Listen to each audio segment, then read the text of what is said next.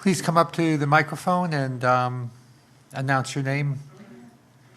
Again, even if you announced it before, some people on the video site, all of the presentations are broken up by each topic. So somebody might see one topic and not the other, and hence the need to repeat your affiliation.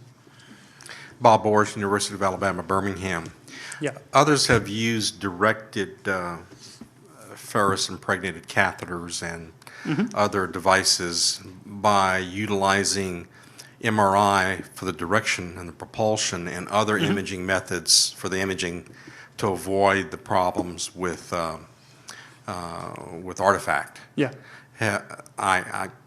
It's amazing what you've done, removing the artifact.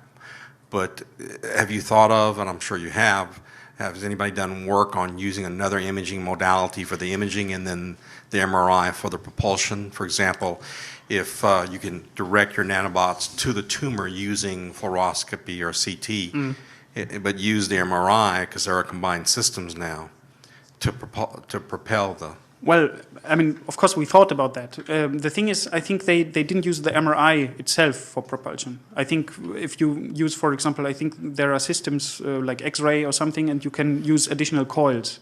It's not real in MRI. And the thing is, our goal or our idea was an MRI, as it is in many hospitals around the world. So if we can somehow make this MRI, as it is, to work in this way, it's like a cost advantage. Oh, so agree. we don't have the need to take another system like a navigation system, propulsion system additionally, which will cost probably really a lot of money and will perhaps only be used in certain cases. So that's the reason why we try to do it on the MRI as it is, and also not to modify the MRI in any hardware way, so that a standard MRI can be used, which is available. With just a software upgrade? Yeah. Great. Should be. I mean, thank you. We hope.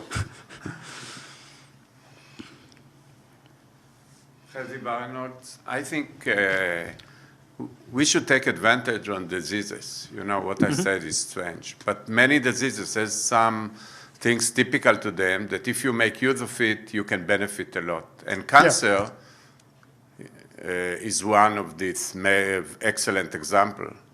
And cancer has what we call the EPR effect, enhanced permeability and retention, in which the vascular, to the blood vessels in the tumor are porous, and small particles can leak to the tissue specifically, and while you don't get them in normal tissue. And we demonstrated long ago, and I'll discuss it in my talk. But I think what I want to say, that actually you don't need to propel your particle to the tumor. They find their way because of the EPR effect. And I'd show a very nice concentration of particles in tumors and also in inflammation site. These are two major syndrome of diseases, whatever, that you can take advantage on this. And then what you have left over is to do other things you want to do, the release and get the control release and having a way to follow it. The other problem that I find with MRI is that the resolution that you have now, when you see a tumor, it's much too late. I think you have really a major problem. We look, but the EPR effect starts much earlier, when you have still a nanoscopic damage in the tissue. When the tumor just started, you can see the blood vessels form. They're one of the first things that happen, and they are porous, and the particle will leak out. So you can take advantage of it. Now, a lot of work was done with MRI and liposomes, and they can be followed wonderful if you had the right probe to follow it.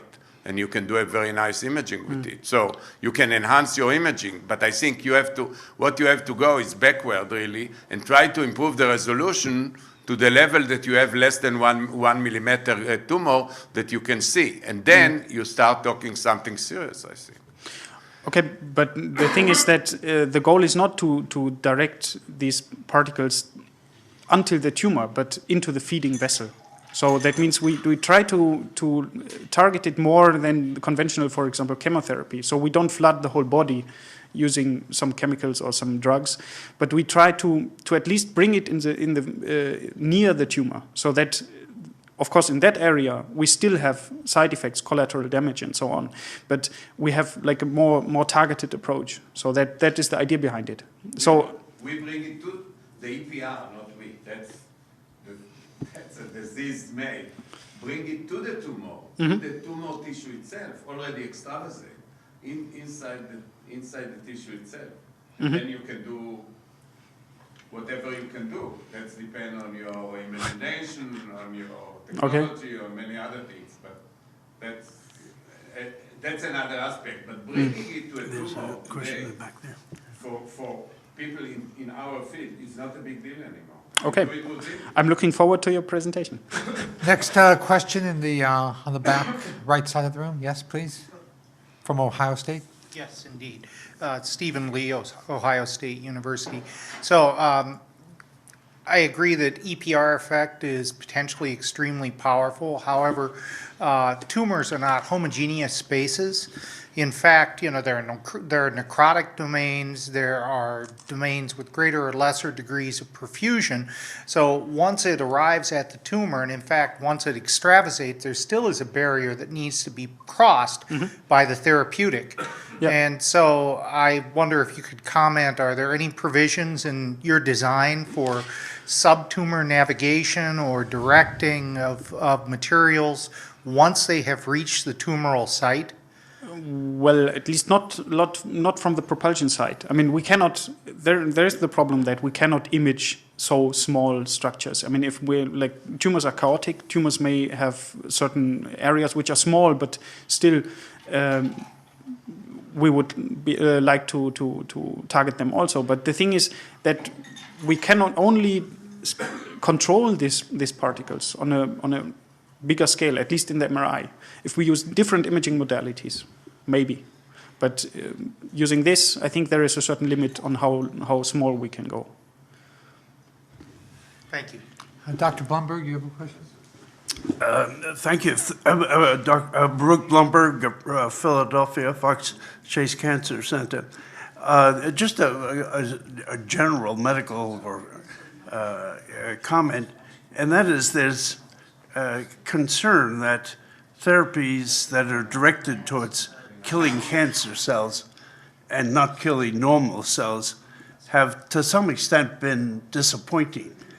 And a good deal of the current reevaluation in the treatment of cancer and prevention of it is based exactly on that. That is, even though you can direct the medication to the tumor, there still is a great deal of killing of the normal cells because the differences between tumor cells.